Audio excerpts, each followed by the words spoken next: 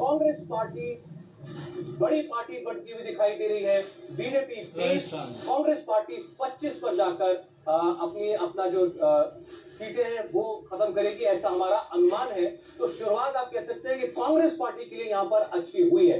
Congress party के बारे में यहाँ जो ट्रेंड है वो बताता है कि जब वो हारती है तो सीटें उसकी बहुत डाउन होती है।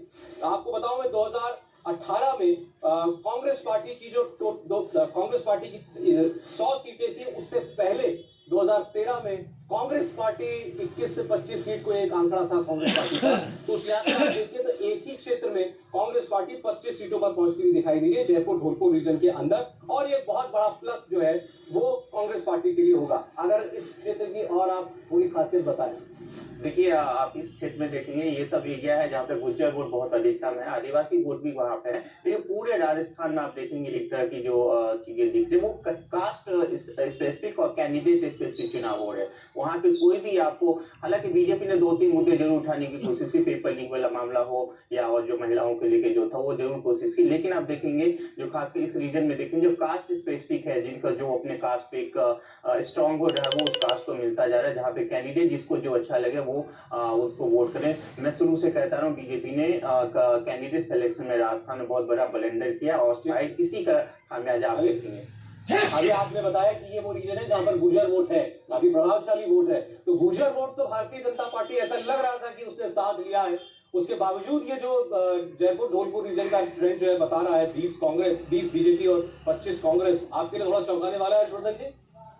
नहीं, मुझे लगता है कि बहुत चौंकाने वाला तो नहीं है, लेकिन अगर अशोक गहलोत, जिसको हम कहते हैं ना, बार बार हम एक बात कह रहे हैं कि राजस्थान की राजनीति को इस बार थोड़ा हम बदला हुआ देख रहे हैं। जो भी भावेश जी भी कह रहे हैं और सब ये कहते हैं कि कांग्रेस जब जाती है तो एकदम से जाती है और जब आती है तो उसका उतना प्रभाव नहीं रहता। तो क्या भारतीय जनता पार्टी के अंदर खाने की जो लड़ाई थी वो कुछ असर डाल रही है? लेकिन मुझे लगता है कि जब पूरे परिणाम एग्जिट पोल के जब आएंगे, जो एग्जिट पोल आएगा, तो शायद भारतीय जनता पार्टी को जो नंबर होगा उससे ऊपर जाती हुई दिख रही है। इसमें मुझे अभी कोई भ्रम नहीं दिखता, लेकिन इतना जरूर है कि भाजपा को ये सोचना जरूर पड़ेगा।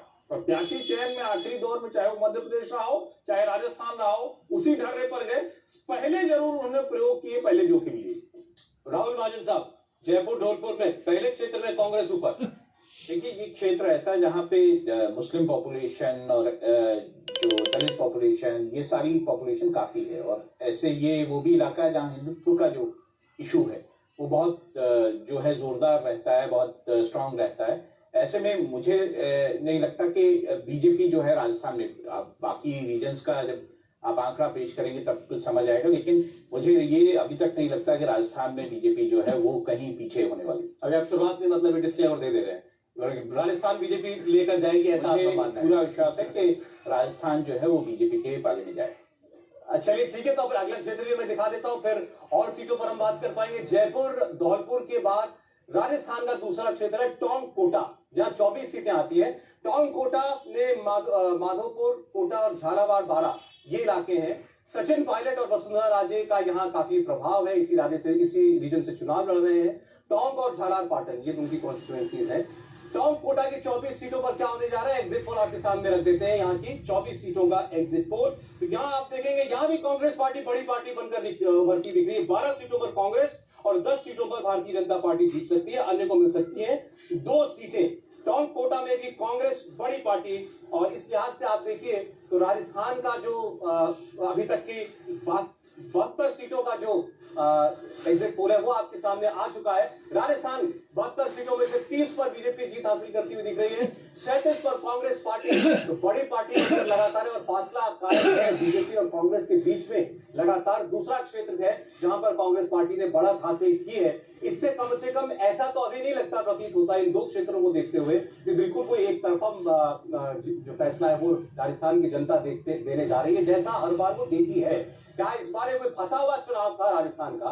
आगे हम और बात करेंगे, लेकिन पहले इन 2 क्षेत्रों पर मैं अजय आलोक साहब की राय ले लो। अजय जी, अब राजस्थान में वोट है 3 तारीख को खुला है, 3 तारीख खुलेंगे। बिल्कुल नहीं फंसा है राजस्थान में। राजस्थान में आप निश्चित रहिए, एजेक्ट पोल है, भूतपूर्व मेजोरिटी लाने जा रहे हैं। एजेक्ट पोल है, ये अनुमान लगाता है। अपनी ओपिनियन में बता चुका हूँ, उसको समय व्यर्थ नहीं करूंगा, लेकिन राजस्थान में